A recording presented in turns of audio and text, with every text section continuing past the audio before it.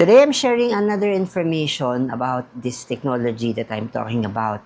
Alam niyo po, very important po na sa isang produkto or sa isang technology that it is patented.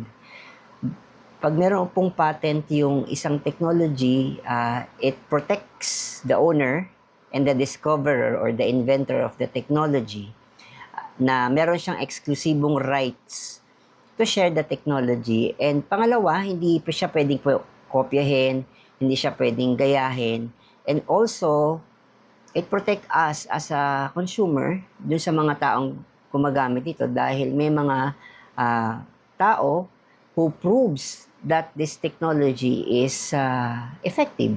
So, it delivers kung ano yung kanilang kiniklaim na nagagawa ng kanilang technology. And this is one of the reason why I'm sharing this technology. I'm confident enough to share it to all of you because of this. Because of this patent. Ito po yung US patent na nakuha po ng company. Kung makikita nyo, if you will dig deeper to it, nakalagay dyan yung patent number.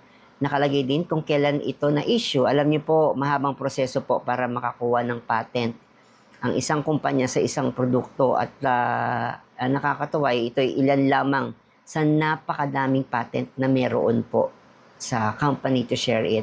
Now, I just want to show you ano yung mismong itsura niya. Ayan. Yung nakikita nyo po na white, yan po yung mismong patent. Now, check natin ano yung nandun sa nakabox na pula.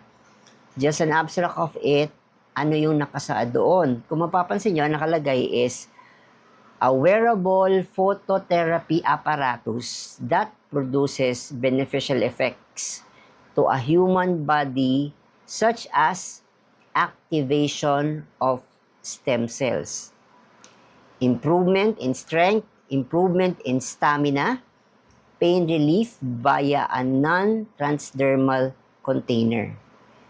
It reflects or emits a specific wavelength of light to elevate the levels of copper peptide or tinatawag natin na GHKCU in our body. From the previous video na atin pong isinare sa inyo, we talked about copper and copper peptide, kung ano yung benefit niya sa ating katawan. Now, this patent protects us, protect everyone.